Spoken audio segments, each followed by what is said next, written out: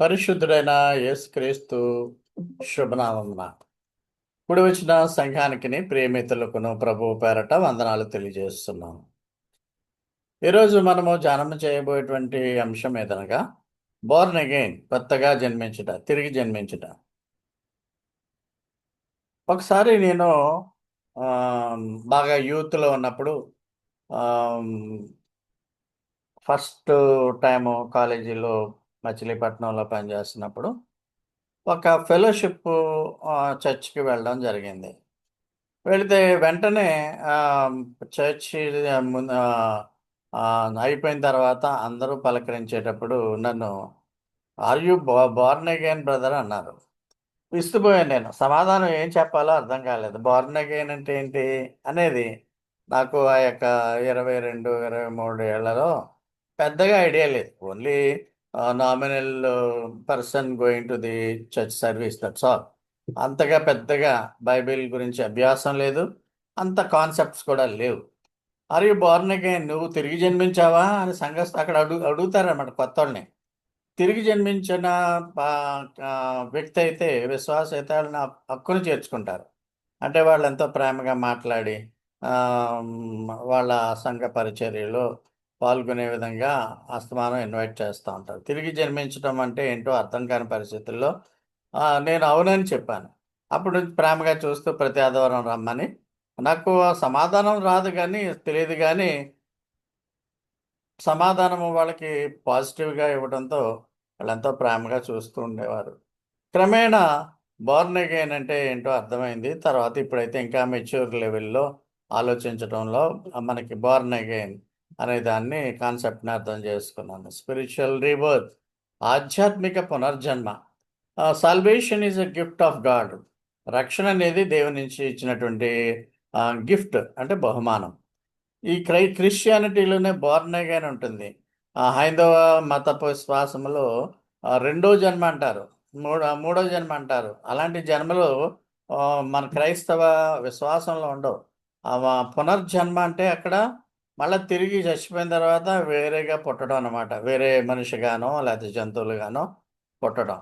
అది అది వేరే మత విశ్వాసాల యొక్క భావన. మన భావన ఏంటో చూద్దాం. క్రైస్తవ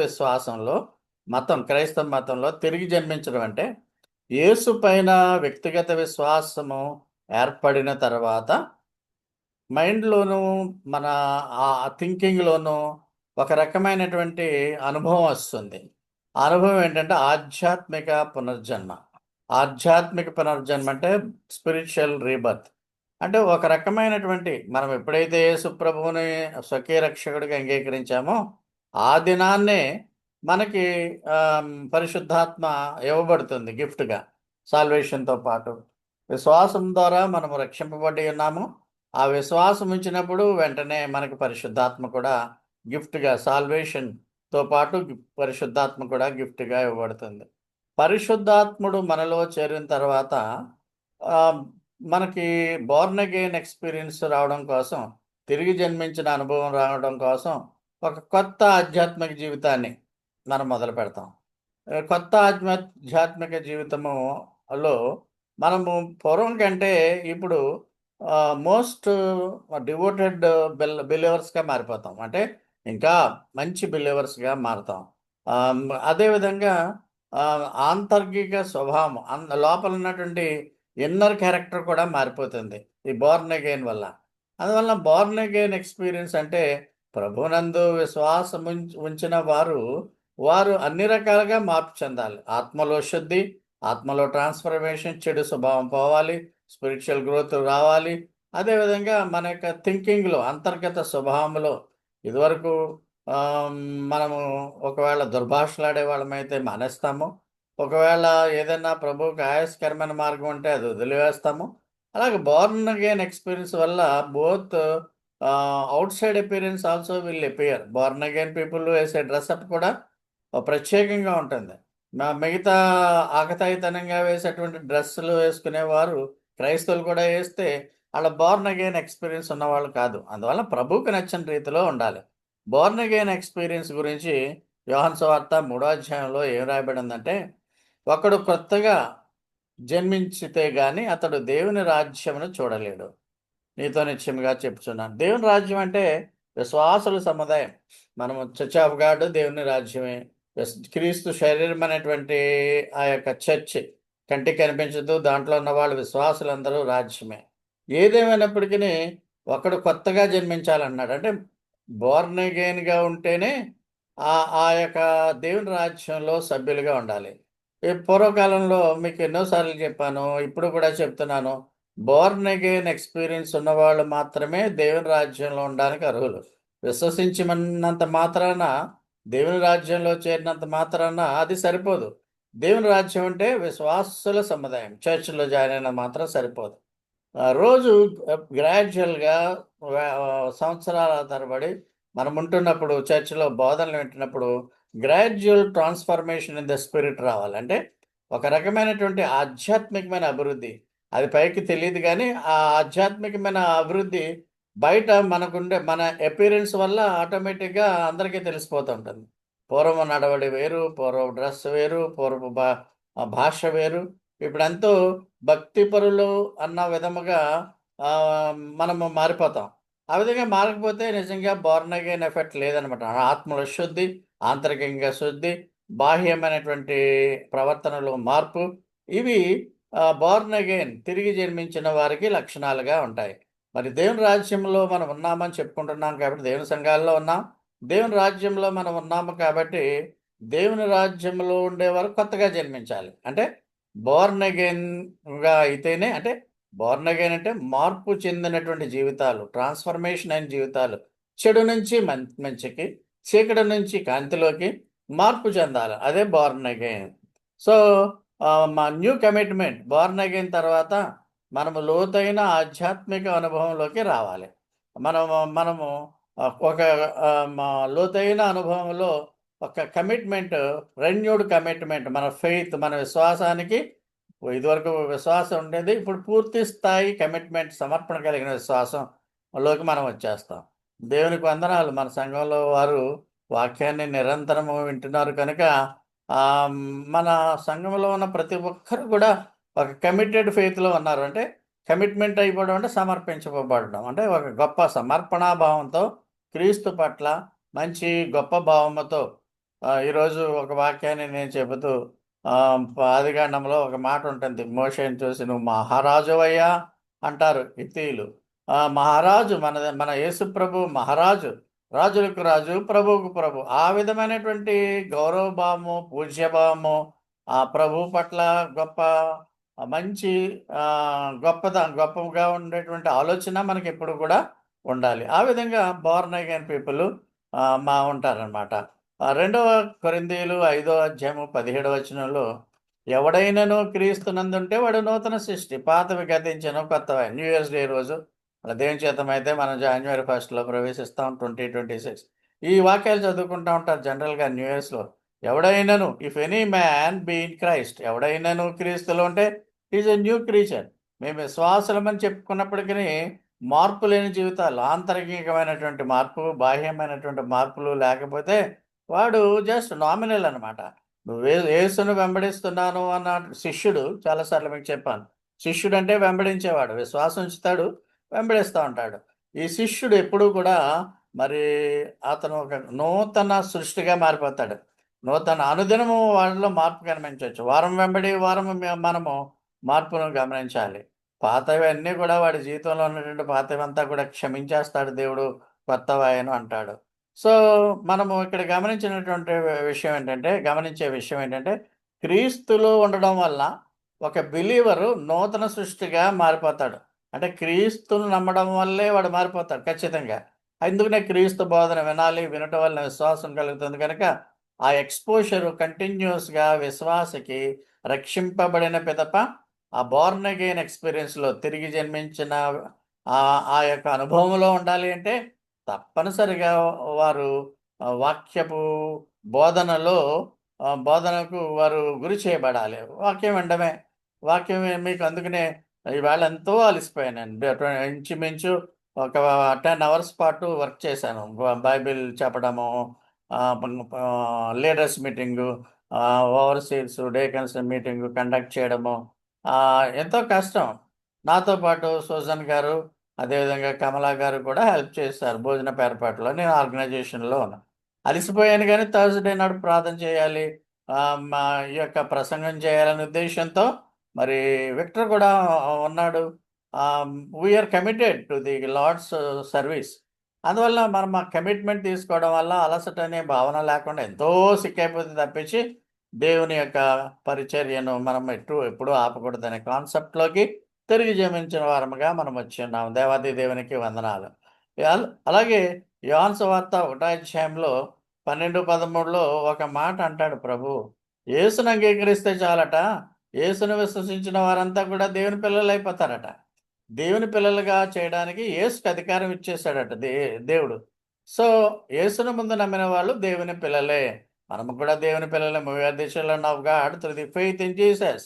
13వ వచనంలో అంటారు, మనకు ఆశీర్వాదం వెంటనే ఏమొచ్చేస్తుందంటే, ఈ విధముగా దేవుని పిల్లలైపోయిన వారు దే రక్తం వలన, శరీరేచ్ఛ వలన, మనుషేచ్ఛ వలన పుట్టినవారు కారు. తల్లిదండ్రులకి మనం పుట్టినప్పటికీ ఆ యొక్క లైంగికమైన సంబంధం వల్ల మనం పుట్టినప్పటికీ దేవుడు ఎటువంటి ఆశీర్వదించాడంటే దేవుని పిల్లలకు ఆ యేసును విశ్వసించిన వారికి దేవుని వలన పుట్టినటువంటి సంతానముగానే ఉంచాడు కానీ మానవులకు పుట్టిన సంతానంగా ఆయన పేర్కొనట్లేదు. ఎంత ఆశ్చర్యకరం! You are doing wrong. You have done so many mistakes, you have done so many sins. But Jesus Christ says that because he washed away his sins through my blood, he is not convicted. అతను నిర్దోషి అని వదిలేస్తున్నాడు మనల్ని, పాపం చేసిన వారని. Because we believed in Jesus Christ. అలాగే అదే విధానంలో మనం అర్థం చేసుకునేది ఏంటంటే, మనుష్యేచ్ఛ వలన మనుషులకు పుట్టినటువంటి పిల్లలే యేసుక్రీస్తును విశ్వసించినప్పుడు దేవుని మనుషులు అయిపోతారంట. సో మన సొంత జన్మ, మనం సొంతంగా మన తల్లిదండ్రులకి మనం పుట్టామంటే అది ఒక గొప్ప బహుమానం. అది తల్లి తండ్రి మనకి ఇచ్చినటువంటి బహుమతి, మన జన్మ. మనము అడిగేమీ పుట్టలేదు, వాళ్ళేమీ మనల్ని కావాలనుకుని కనలేదు, వారికి పుట్టేశాం అంతే. అంటే ఏంటి? సొంత మానవ జన్మను ఎవడో కూడా సొంతంగా పొందడు. తల్లిదండ్రులు మనకి ఇచ్చినటువంటి అదొక బహుమతి. అయితే రెండో జన్మ ఏంటంటే ఆధ్యాత్మికమైన జనం, అంటే మళ్ళీ జన్మించడం, అంటే బోర్న్ అగైన్. మన టాపిక్ బోర్న్ అగైన్ ఎలాగా, ఎవరిచ్చే గిఫ్ట్ అంటే తల్లిదండ్రులు ఇచ్చిన గిఫ్ట్ కాదు, అది ఆధ్యాత్మికమైన జీవితము, మన పరలోకపు తండ్రి దేవుడు ఇచ్చినటువంటి గిఫ్ట్. నేను చాలాసార్లు చెప్తుంటాను మా పిల్లలకి, మా అమ్మా నాన్నలు ఈ పరిచర్య గిఫ్ట్ని ఇవ్వలేదు నాకు, దేవుడు నాకు ఇచ్చిన గిఫ్ట్, అది మీకు ట్రాన్స్ఫర్ చేస్తున్నాను. నేను గిఫ్ట్తో చెప్తాను, పెద్దడితో కూడా చెప్తా ఉంటాను, మీరు కూడా ఉపయోగించుకోవాలి, దేవుని పరిచర్య చేయాలి. My parents has given me birth but not the service as a gift to God. భక్తిలో పెంచారు, మంచిగా చేశారు అంతే కాబట్టి పరిచర్యను వాళ్ళకి లేదు కాబట్టి నాకు ఇవ్వలేదు. వాళ్ళు మంచితనము నాకు ఇచ్చారు, వాళ్ళ డిసిప్లిన్, క్రిస్టియన్ డిసిప్లిన్లో పెంచారు, దేవునికి వందనాలు. మరి మా పిల్లలకి నేను ఇచ్చే పరిచర్య వాళ్ళకి అభ్యాసం అవ్వాలని గిఫ్ట్ స్టాండర్డ్స్లో ఉండడానికి ప్రయత్నం చేస్తున్నాడు. ప్రార్థన చేయండి. దేవునికి వందనాలు. సో మనము బోర్న్ అగైన్ అనేది మామూలు జన్మ అయితే మన తల్లిదండ్రులు ఇచ్చిన గిఫ్ట్ మనకి. అయితే ఈ స్పిరిచువల్ బర్త్ అంటే బోర్న్ అగైన్ అనేది దేవుడే మనకి గిఫ్ట్ ఇచ్చాడు యేసు ద్వారా. దేవునికి వందనాలు. సో దేవుడు మనల్ని పుట్టినప్పటి నుంచి చివరి వరకు నడిపించేవాడు ఆయనే. ప్రస్తుతము మనం దేవుని రాజ్యంలో దేవుని పిల్లలుగా ఏ విధంగా నడవాలి అని మనల్ని నడిపించేవాడు దేవుడే అని మనము నమ్మాలి. నికోడమస్ అనే ఆయన గురించి మనం విన్నాం ఒకసారి. నికోడమస్ అంటే ఎక్కువగా లెంట్ సీజన్లో మనము ధ్యానం చేస్తాం. నికోడమస్ రహస్యంగా యేసు ప్రభుని ప్రేమించాడు. అంటే ఫాలోవర్ అనమాట, సీక్రెట్ డిసైపుల్. నికోడమస్, అరిమతయి యోసేపు ఇద్దరు కూడా. ఈ నికోడమస్ యేసు ప్రభు యొక్క బిలీవరు, దేవుని కుమారుడని అతనికి తెలుసు. ఎందుకంటే గొప్ప గొప్ప కార్యాలను చేస్తున్నావు కాబట్టి ఖచ్చితంగా నువ్వు దేవుడి నుంచి వచ్చిన వాడివే అని తెలుసు. అయితే తిరిగి జన్మించాలనేటువంటి కాన్సెప్ట్ అతనికి పూర్తిగా అర్థం అవ్వలేదు. ఎవడైనా నువ్వు దేవుని రాజ్యంలో ప్రవేశించాలంటే పునర్జన్మ, తిరిగి జన్మ పొందాలనేటువంటి మాట అర్థం కాలేదు. కనుక ఒకసారి యేసు ప్రభు దగ్గరికి ఇంకా ఆయన్ను సిలువ వేసేస్తారు రేపనగా శుక్రవారం లక్షవారం నైట్ వెళ్తాడు. వెళ్ళి యేసు ప్రభుతో మాట్లాడతాడు. ఈ నికోడమస్ ఒక పారసీయుడు అనమాట. బోధకుడా, నీవు దేవుని యొద్ద నుండి వచ్చిన బోధకుడు అని మేము ఎరుగుదాం. మాకు తెలుసు నువ్వు దేవుడి నుంచి వచ్చావు, ఖచ్చితంగా దేవుడి నుంచి వచ్చావు. దేవుడు అతనికి తోడై ఉంటే గాని నువ్వు చేయుచున్న సూచక క్రియలు ఎవడను చేయలేడు. నీకు తోడుగా ఉంటేనే దేవుడు నీకు తోడుగా ఉన్నాడు కాబట్టే దేవుని లాంటి సూచక్రియలు చేయగలుగుతున్నాయి అని అంటూ, అందుకు అంటాడు ప్రభువు. అందుకు యేసు అతనితో ఇలాగ నికోడమస్తో నికోదేముతో అంటాడు, ఒకడు కొత్తగా జన్మిస్తే గాని దేవుని రాజ్యంలోకి చేరడు లేదా చూడడు. దేవుని రాజ్యంలోకి చేరాలి, అప్పుడే కొత్తగా జన్మించాలంటాడు. అంటే బోర్న్ అగైన్ అవ్వాలి అంటాడు.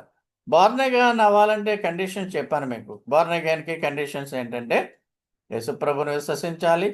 ఆ యేసుప్రభుని విశ్వసించిన వెంటనే పరిశుద్ధాత్ముడు మనలో ప్రవేశిస్తాడు. ఇంటర్నల్ ట్రాన్స్ఫర్మేషన్ జరుగుతుంది. బయట అవుటర్ ట్రాన్స్ఫర్మేషన్ కూడా మన వ్యవహార శైలి, భాషలు, మనం మాట్లాడేటువంటి భాష, వేషము, everything will be change like a believer. Believers ఒక రకమైనటువంటి డ్రెస్ కోడ్లో ఉంటారు, ఒక రకమైనటువంటి భావంలో ఉంటారు, ఒక రకమైన కరచాలం చేసే విధానంలో కూడా వీడు బిలీవరా కాదని తెలిసిపోతుంది. సో ఈ విధంగా there is a transformation outward and inside also for a believer after accepting Jesus. That will be done by holy spirit. ఆ పరిశుద్ధాత్మ దేవుడు మనలో అనేకమైన మార్పులను కలిగిస్తాడు. అది నికోడమస్కి అర్థం కాలేదు.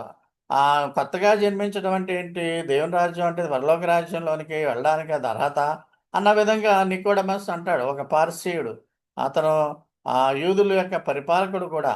నికోడమస్ కూడా మంచి స్థాయిలో ఉన్నవాడే.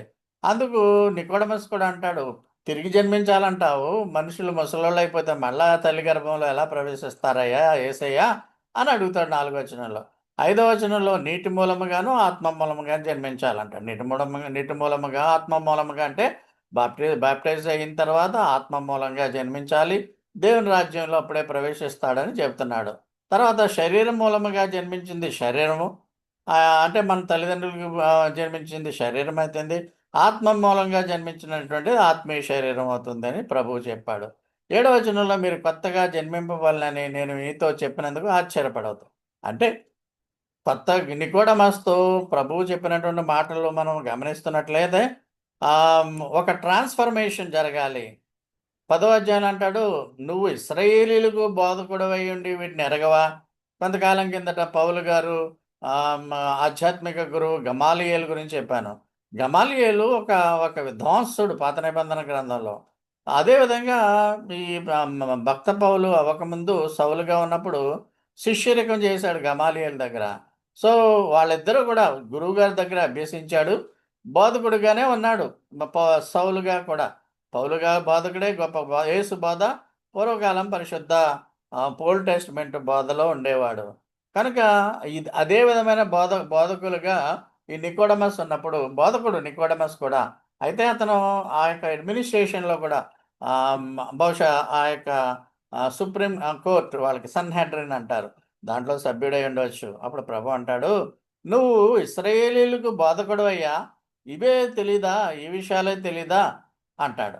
అంటే పరలోకములో ఉన్న మనిషి కుమారుడే తప్ప పరలోకమునికి ఎక్కిపోయిన వాడెవడు లేడు కదా అని అంటాడు ప్రభు. అంటే ప్రభు ఇక్కడ మాట్లాడేటువంటి మాటలన్నీ కూడా గూఢమైనటువంటి మాటలుగా ఉన్నాయి. అర్థం చేసుకోవాలంటే ఆయన ఆత్మ ద్వారా మాత్రమే అర్థం చేసుకోగలుగుతాం.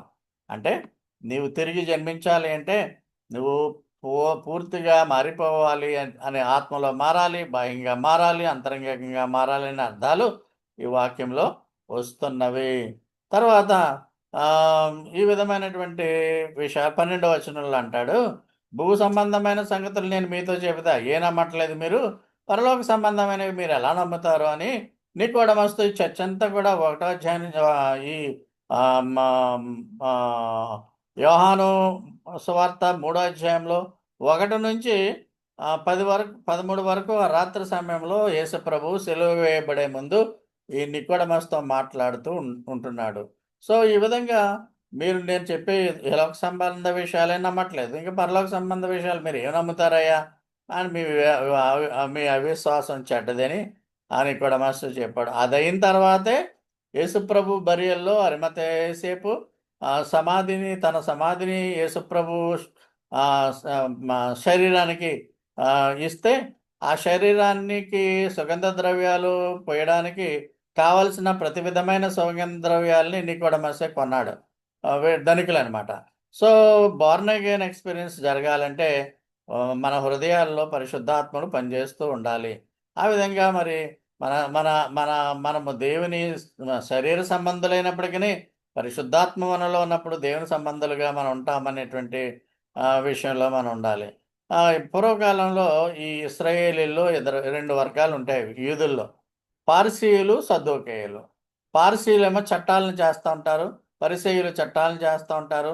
వాళ్ళు ఎక్కువగా ఈ తోరా మా దాన్ని తోరాను ఎప్పుడూ కూడా వాళ్ళు ఇంటర్ప్రెట్ చేస్తూ ఉంటారు.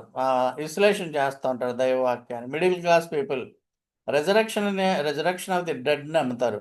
అంటే తిరిగి జన్మించాలి, పునరుద్ధానాన్ని వీళ్ళు నమ్ముతారు.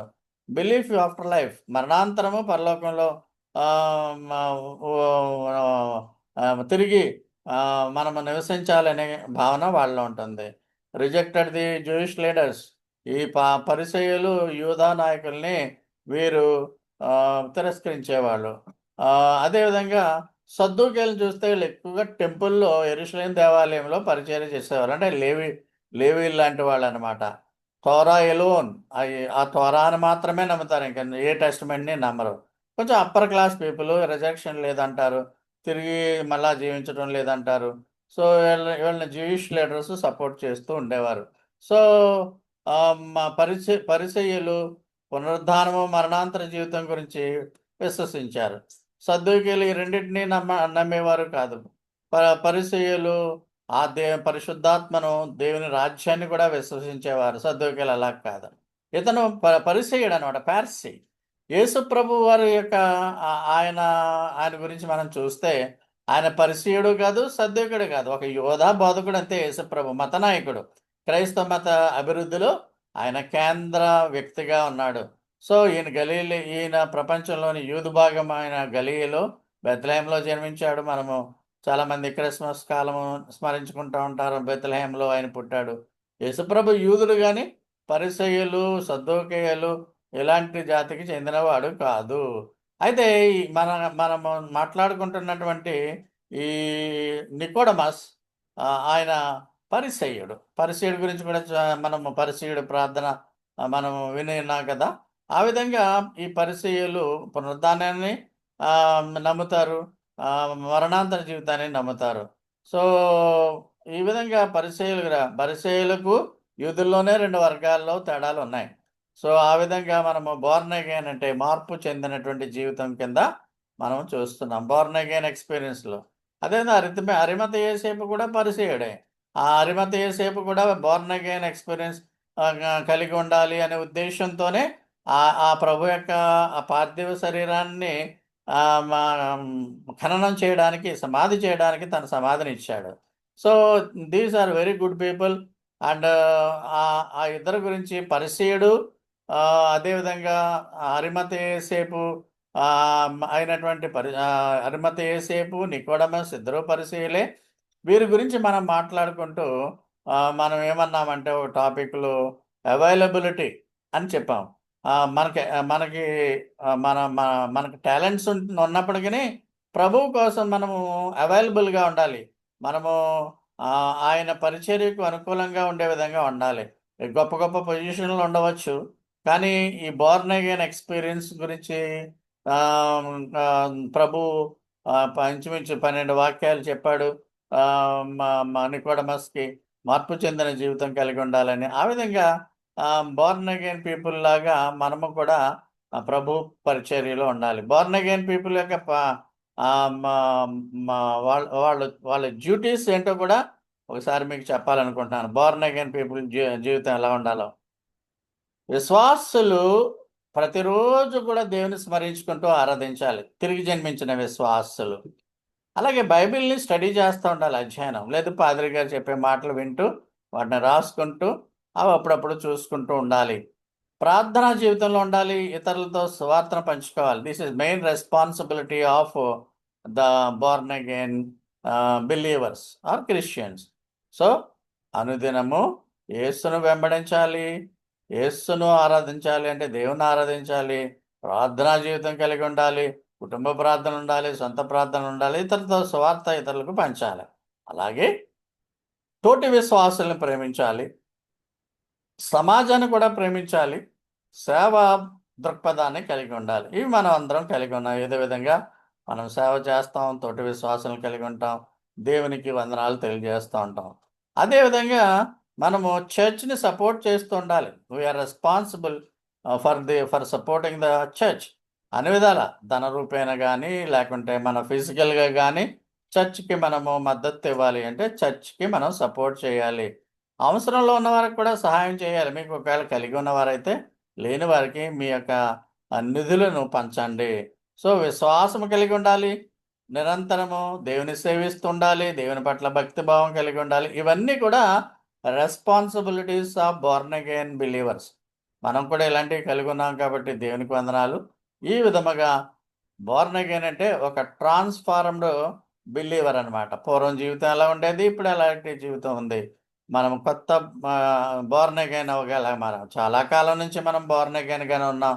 మరి ఇంకనో ఏమైనా మనలో లోపాలు ఉన్నాయా సరి చేసుకుని దేవునికి ఇష్టలుగా జీవిద్దాం. పరలోక రాజ్యము లేక దేవుని రాజ్యము భూమి మీద 1000 ఏండ్ల పాలనలోని పరిశుద్ధులే ఉండాలి. మన పరిశుద్ధమైన జీవితాన్ని, దేవునికి ఇష్టమైనటువంటి జీవితాన్ని మనము గడపాలి. ఎందుకంటే మనము తిరిగి జన్మించిన వారముగా దేవుడు మన పట్ల ఆశీర్వాదాలు కుమ్మరిస్తున్నాడు.